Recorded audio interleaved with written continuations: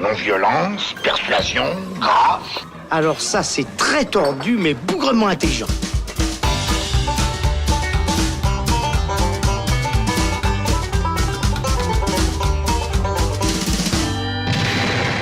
Bonjour à tous, c'est Robin et bienvenue dans le Saloon consacré cette fois-ci à la sortie de Hellboy en ce 8 mai 2019 dans les salles en Suisse et en France. C'est un nouveau projet, on doit bien vous l'avouer qu'on a vu ça un petit peu d'un mauvais œil lors de son annonce. Il faut dire que du côté de l'équipe du Saloon, on aime particulièrement le travail de Guillermo del Toro qui a adapté Hellboy en 2004 et en 2008 déjà au cinéma.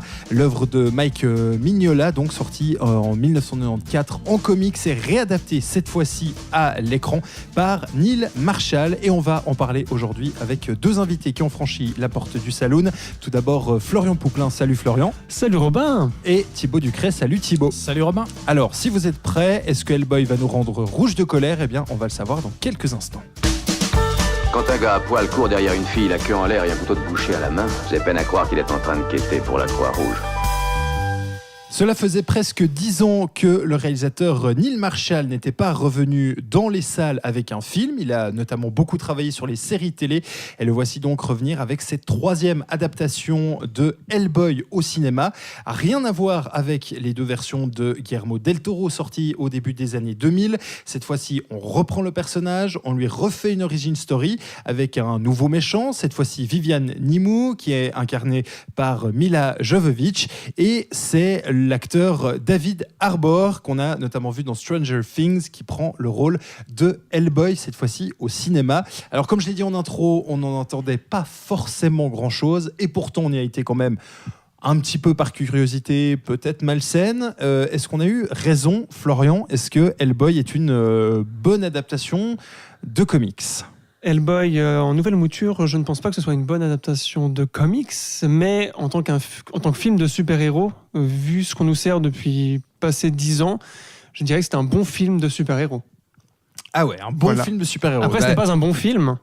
Mais c'est un bon film de super-héros. Voilà, comparé au reste, personnellement, je trouve que c'est mieux que 90% des Marvel, en l'occurrence. Alors, on aura l'occasion de revenir précisément sur le film de super-héros. Est-ce que pour toi, Thibaut, le fait de faire revivre Hellboy, alors que Guillermo del Toro lui avait quand même donné une patte très personnelle, puis c'est un réalisateur qu'on sait habitué et fasciné par les monstres, ce qui est un petit peu Hellboy, est-ce que cette fois-ci, le projet apporte quelque chose de neuf au personnage ?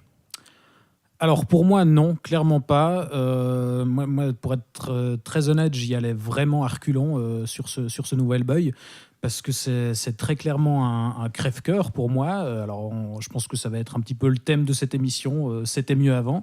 C'est-à-dire que pour moi, les deux adaptations de Guillermo del Toro se place clairement parmi les meilleures adaptations de comics que j'ai pu voir ces 20, 30, je ne sais pas combien de décennies ces dernières années, parce qu'il y avait une force dans ces deux films, je trouve, c'était que de base, pour resituer un peu quand même le comics de Mike Mignola, c'est que c'est non seulement en quelque sorte le fantasme de geek ultime, c'est-à-dire que c'est un gloubi-boulga de tout ce qui fait fantasmer les gens qui aiment l'imaginaire. Enfin, il y a des monstres à la Lovecraft, on mélange tout un tas de mythologies différentes, les mythologies nordiques, les légendes africaines, il y a des nazis, il y a Rasputin, enfin voilà, il y a vraiment tout et n'importe quoi, et c'est un tout ultra cohérent et ultra puissant, je trouve. Alors il y a non seulement ça, mais aussi pour moi, il y a quelque chose de très fort dans la BD à l'origine, c'est que c'est une très belle histoire sur le libre arbitre et le choix. Et c'est ce que parvenait à retranscrire superbement, je trouve, Del Toro dans ces deux films. C'est-à-dire qu'il se réappropriait complètement le matériau d'origine. Très clairement, l'histoire changeait beaucoup, les personnages n'étaient pas tout à fait les mêmes, mais le propos était là, c'est-à-dire que le premier film posait la question « Qu'est-ce qui fait d'un homme un homme ?» Et on y répondait c'est ses choix, justement. Et c'est ça le cœur de la BD, parce que Hellboy, c'est quand même un démon qui est appelé à déclencher l'apocalypse, et on n'arrête pas de lui dire que c'est son destin, que c'est ce qu'il doit faire, et lui n'a de cesse, pendant toute l'histoire de la BD, justement, de s'en détacher et de se dire « Non, moi, j'en ai rien à taper de votre destinée et de tout ce que vous voulez, moi, je veux juste simplement vivre ma vie tranquille. » Et ça, c'est ce qu'arrivait à retranscrire Del Toro, je trouve, avec une humanité assez forte. Et justement, pendant très longtemps, un Hellboy 3 était prévu par Del Toro et Ron Perlman, qui incarnait dans Hellboy dans ces deux adaptations. Et c'est très longtemps resté un projet en suspens jusqu'à ce qu'il soit finalement annulé au profit de ce reboot. Et du coup, pour moi, c'était vraiment une tragédie, quoi. Enfin, sans en faire des caisses, c'était assez terrible. Et du coup, moi, je voulais bien laisser une vague petite chance à ce reboot, à condition qu'il fasse autre chose. Et là, il fait autre chose, il tente des trucs, mais pour moi, il propose rien de neuf en soi. C'est vrai qu'il ressemble un petit peu à tous les films de super-héros qu'on voit maintenant, c'est-à-dire qu'il y a de l'humour, un peu des petites catchphrases, des petites répliques un peu à gauche à droite, on a deux trois personnages, on a une petite histoire, ça sent quand même le réchauffé en termes de films de super-héros, non Oui, alors oui, je suis complètement d'accord avec toi. Mais moi, ce que j'ai ressenti dans ce film, pour le défendre un petit peu et pour ne pas le comparer aux films qui ont été faits avant, puisque c'est incomparable, comme l'a dit Thibaut avant, c'est-à-dire que les films de Marvel ou même les films de DC ont une espèce d'aura, ils veulent faire les choses en grand, des trucs dramatiques, tragiques, c'est gros quoi, et pour moi en tout cas ça ne marche pas, c'est pour ça que je les trouve ridicules ces films. Enfin tragique ici, oui et non, parce qu'ils jouent quand même beaucoup sur le décalage et le second degré. Depuis quelques années, mais au début c'était pas le cas. Ça date quand même de très longtemps. Enfin bref, on n'est pas là pour parler de Marvel. Non, voilà. Mais tout ça pour dire que dans tous ces trucs de Marvel, moi j'ai trouvé ce film certes raté, mais au moins honnête. C'est-à-dire que j'ai jamais senti à aucun instant que Neil Marshall voulait faire une grande œuvre, en fait. J'ai même senti qu'il s'est fait plaisir, en fait. On reconnaît bien son style.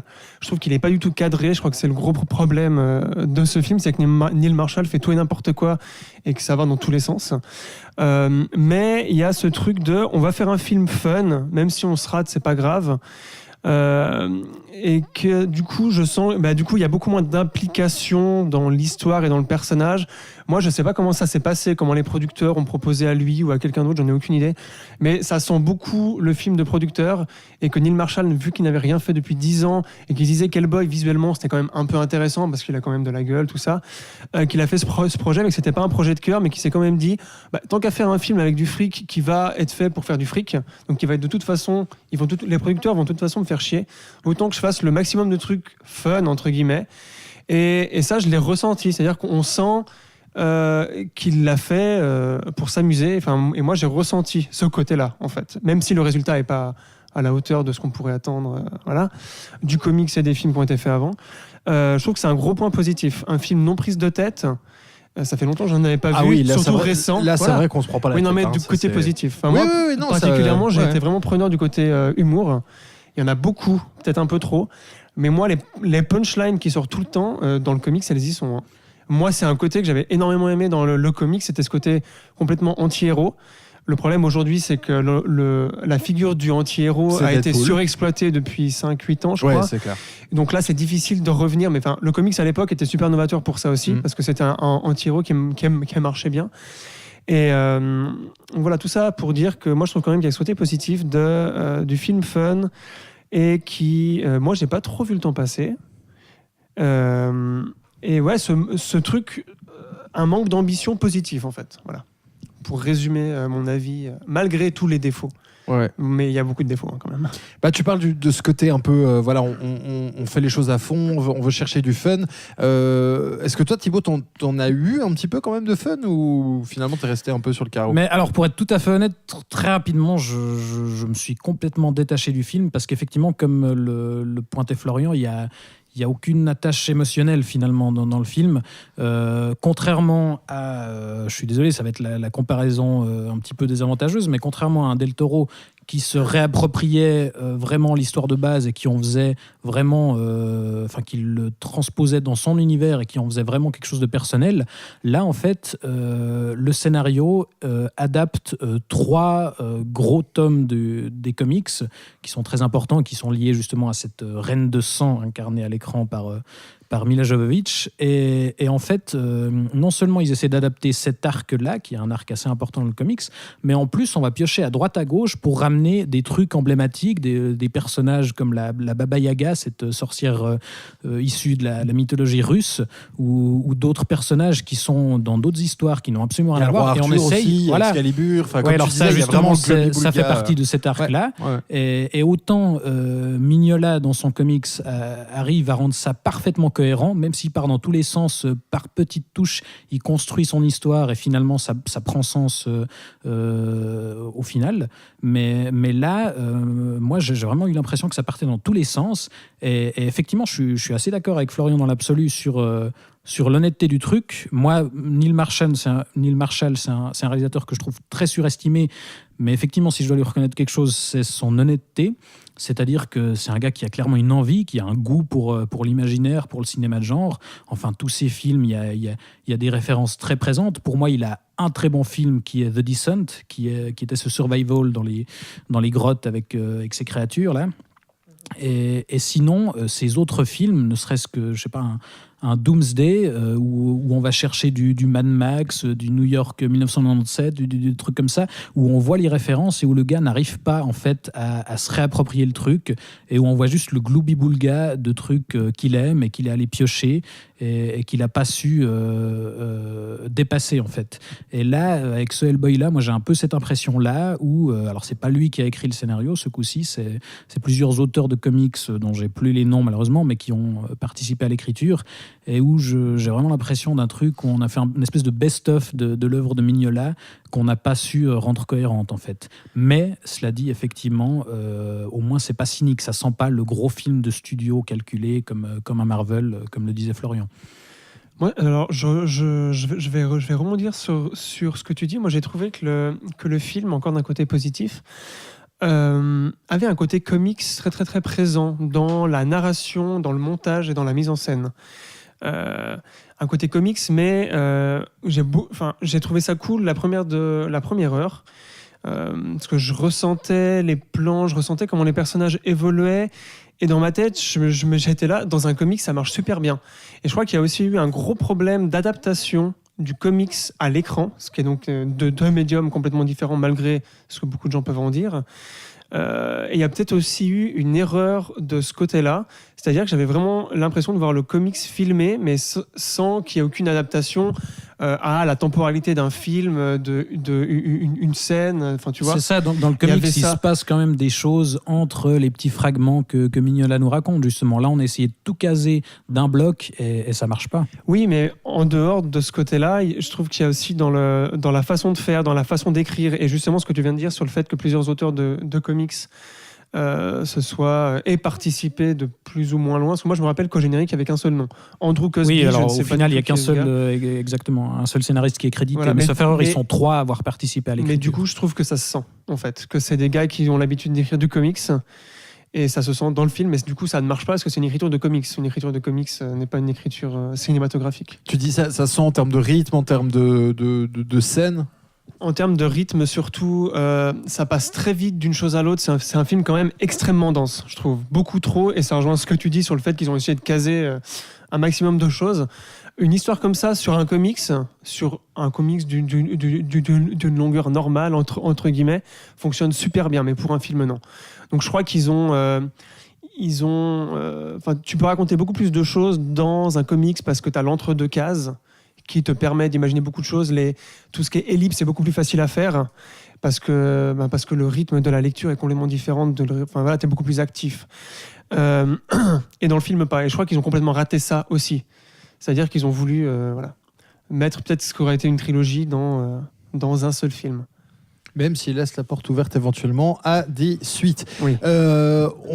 S'il y a bien une chose, en tout cas pour l'avoir revu il y a pas si longtemps, qui nous avait marqué en tout cas chez Guillermo del Toro, c'était la qualité technique du film.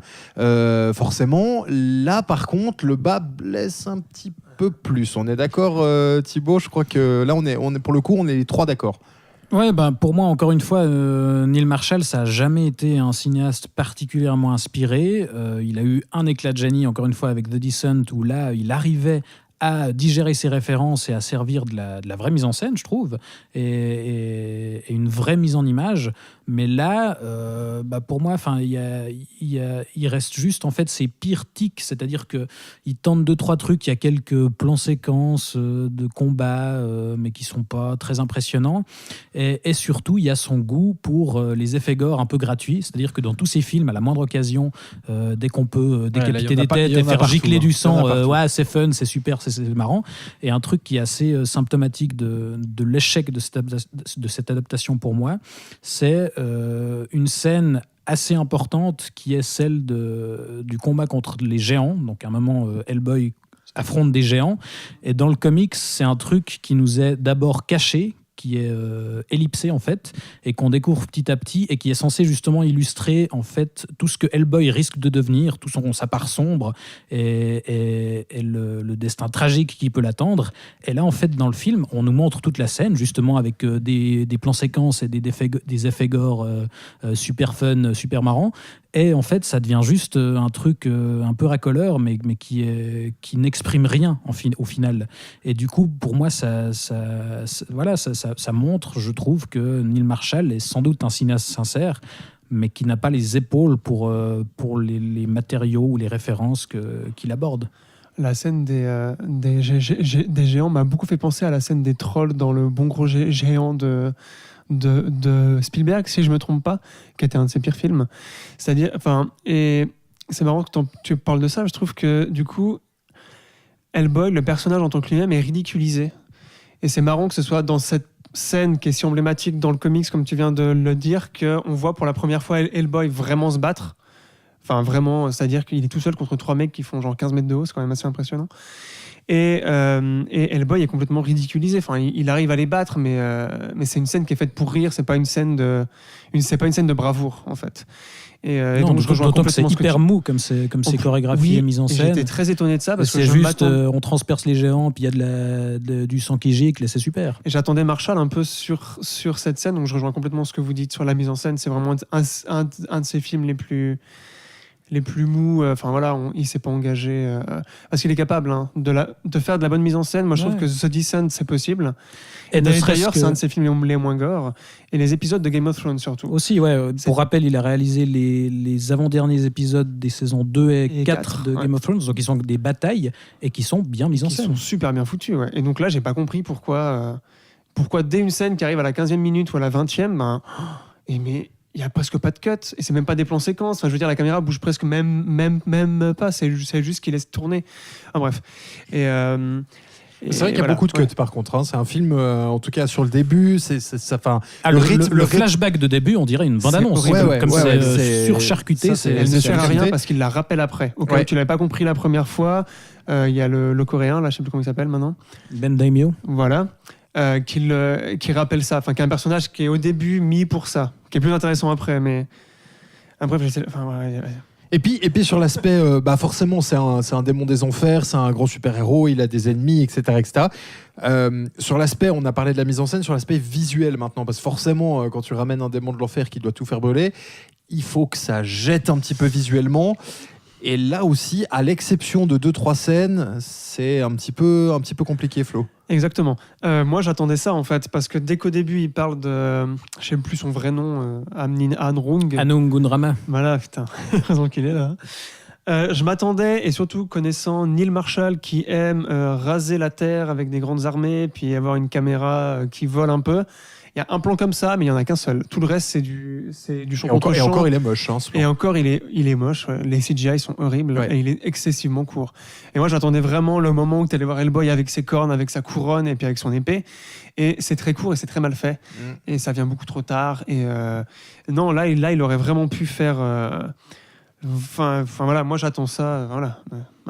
Mais ne serait-ce aussi qu'en termes de direction artistique, je trouve que... Oui. Encore une fois, on va revenir à Del Toro, mais ce qui va être fort aussi, c'est ces monstres, c'est son univers où on voit des créatures qu'on n'a jamais vues ailleurs, y compris dans les comics d'ailleurs. Et là, il faut attendre littéralement les 20 dernières minutes pour voir enfin des espèces de créatures de l'apocalypse qui sortent de terre, où on a l'impression de voir, des designs un peu originaux, mais sinon, avant ça, c'est le désert complet. Donc, il arrive, et puis Marshall, encore une fois, tu parlais de ses références avant, il n'arrive pas à s'en défaire, puisque la majorité des créatures sont plus ou moins directement inspirées de celles de Guillermo del Toro, même si c'est difficile à dire, parce que del Toro a tellement influencé tous les films de monstres depuis qu'il a commencé que voilà. Mais moi, j'ai aussi l'impression que, vu qu'il savait pas comment faire pour faire des monstres mieux que dans les films précédents, qu'il en a fait très très peu. Et finalement, Peut-être bien qu'il parce n'a qu'ils pas sont mal osé. faits. Peut-être qu'il n'a pas osé. Pas osé, ouais, parce que quand tu passes après 2 films comme ça, franchement, quand tu vois, il y a le personnage de Gros Agache qui est en gros un porc, Un facochère sanglier, géant. un facochère humanoïde, en fait. Qui est dans les comics d'ailleurs. Qui est dans les comics, Ouais. mais là visuellement on dirait je sais pas, une web série, on dirait, et c'est dingue de se dire wow, ça sort avec je sais plus quoi, 50 millions de budget, je crois. Ouais, d'autant que je sais pas s'il a vraiment tenu à mettre moins de monstres, parce que comme on le disait au départ, il est allé chercher tout un tas de trucs du matériau d'origine. Je sais pas, le personnage de la Baba Yaga qui est hyper puissant de base. Là, c'est un design de sorcière défigurée comme on en voit dans toutes des Supernatural ou je sais rien, des espèces de séries fantastiques à la con. Et il n'y a pas une once d'inspiration dans les designs. Et puis la Reine de Sang, donc on l'a dit, c'est donc Mila Jovovich qui l'incarne. C'est un peu la grande méchante qui veut buter tout le monde. Là aussi, il y a un, en tout cas pour moi, j'ai trouvé un petit problème de méchant. Qu'est-ce que vous en avez pensé ? Casting peut-être. Alors de casting, oui. Bon, alors elle est à côté de la plaque, ça c'est pas trop un problème. Mais je trouve qu'à aucun moment on a peur qu'elle fasse quelque chose, en fait. Elle me semble tellement faible comme elle est présentée, et par ses actions et même par la fin qu'on va pas vous révéler. J'ai vraiment l'impression que c'était un paix dans l'eau, en fait, cet ennemi. Oui, complètement. Complètement. En plus, c'est comme s'ils savaient d'avance, en fait, que le méchant ne servait à rien. Mais moi, c'est une impression que j'ai généralement avec tout le script. C'est comme si les gars savaient d'avance que ça allait être nul, donc pourquoi se donner de la peine ? Et elle, en l'occurrence, elle ressemble d'ailleurs par ses motivations à énormément d'autres méchants d'avant, c'est-à-dire oui, nous sommes des gens différents, il faut tuer l'humanité pour qu'on ait enfin le droit de vivre. Enfin, tu vois. Donc à ce niveau-là, il y a un traitement zéro, avec ces c'est-à-dire petites créatures moches dignes de PS3 qui la suivent derrière. Là, mais ne parlons plus des effets. Non, pardon. Et je crois qu'il y a un gros problème de casting au-delà de genre l'écriture, parce que Jovovich n'a jamais été une très très très grande actrice. Je crois qu'on est d'accord. Oui. Et là, non, ça va pas. Elle n'incarne rien. Elle a aucun charisme. L'écriture pêche aussi, mais ils auraient pris genre une bonne actrice. Peut-être qu'elle aurait dit ah oui, mais non, mais cette ligne c'est vraiment pourri, je vais dire autre chose. Tu sais, elle aurait peut-être négocié pour que le rôle devienne un peu plus. Ouais, parce que certains dialogues. Voilà. Alors tu l'as dit, il y a des punchlines, mais on va dire que des dialogues. Elle en a pas. Non, elle a pas de punchline. Non. Non, mais ces dialogues, c'est pas. C'est pas c'est genre je vais buter tout le monde, tu fais ça parce que tu es ma créature. C'est tout ce qu'elle fait. Ouais. Elle a aucun pouvoir. On voit presque jamais son pouvoir. Ouais, le seul pouvoir qu'elle a, c'est genre d'étouffer des gens comme genre Dark Vador. C'est ça. Super, c'est super impressionnant. Ça fait 50 ans qu'on l'a vu ça. Et puis prendre du sang / sève d'un arbre aussi, ça c'est un pouvoir très très fort. Non, pas grand-chose de plus à rajouter. Effectivement, je pense que c'était une erreur de prendre Mila Jovovich et surtout d'écrire le personnage comme ça, parce que de base, c'est quand même censé être un antagoniste très important dans l'univers d'Hellboy et qui est vraiment terrifiant de base. Et là, non, on en fait même un gag un peu parce que. Mais comme Hellboy. À l'origine, en fait, on l'a démembré et on a réparti ses membres un peu n'importe où. Et puis, c'est l'occasion d'un super gag dans une scène où en fait, il y a son bras à côté d'elle qui zappe sur la télé. Putain, c'est vrai. Et c'est ça qu'on fait avec ça. C'est triste. Bon, alors Thibaut, on a compris que toi, t'as pas forcément aimé. Et toi, Florian, bon, on a compris qu'il y avait plein de défauts, mais que t'as eu un peu de fun. Est-ce qu'on pourrait presque le classer comme un nanar, du coup ? Oui, moi, même avant la fin du film, j'étais là. Je me disais que ça allait être un plaisir coupable. Enfin, c'est con, parce qu'un plaisir coupable, c'est plusieurs années après que tu t'en rends compte. Là, tu le savais pendant le film. Mais en tant que film de Hellboy, si tu veux, qui s'inscrit à la suite de comics super bien et de 2 films super bien, c'est un échec complet. Mais en tant que film seul, je reviens sur le fait qu'il soit honnête, qu'il soit fait avec du fun et que moi, je suis très très preneur de ce genre d'humour très très con. Voilà, et puis c'est vrai que si t'es pas preneur de ce genre d'humour, tu vas vraiment pas aimer le film parce que t'as un gag toutes les minutes 30, je crois. Donc voilà, en tant que film, tout seul, coupé du reste, oui, c'est un bon moment, je le reverrai pas, enfin, tu vois, mais je me suis pas fait oh putain, oh mais merde, mais c'est horrible, enfin, tu sais, voilà.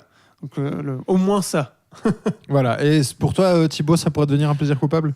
Alors honnêtement je sais pas trop, mais j'imagine que ça peut le devenir. Alors c'est peut-être parce qu'il y a Mila Jovovich que j'ai cette impression, mais pour moi ça ressemble un peu à un Resident Evil en fait dans l'absolu. Enfin les films donc avec Mila Jovovich qui sont des très mauvaises adaptations, mais qui sont juste des trucs complètement cons avec des effets gore en veux-tu en voilà. Et si on n'a rien de mieux à faire un samedi soir, peut-être qu'effectivement ça peut être sympa. Mais c'est vrai que voilà, au moins ça prétend pas être l'aboutissement ultime des adaptations de comics ou j'en sais rien. Au moins c'est pas condescendant, c'est pas prétentieux, tout ce qu'on veut. Pour moi c'est juste un truc honnête mais raté quoi.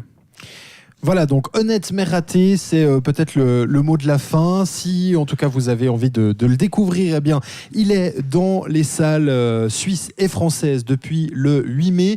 Si vous étiez un petit peu dubitatif comme nous, eh bien on vous redirigera plutôt peut-être vers les 2 premiers films de Guillermo del Toro. En tout cas, merci Florian d'avoir été présent ici dans le Saloon. C'est toujours un plaisir. Merci à toi Thibaut. Merci à toi. On vous retrouve très vite. Vous le savez, tous nos épisodes sont évidemment disponibles sur toutes les plateformes de podcast. Si vous avez apprécié l'épisode, n'hésitez pas à nous le faire savoir, un petit partage ou un commentaire, et on se retrouve très bientôt dans le Saloon. Ciao ciao.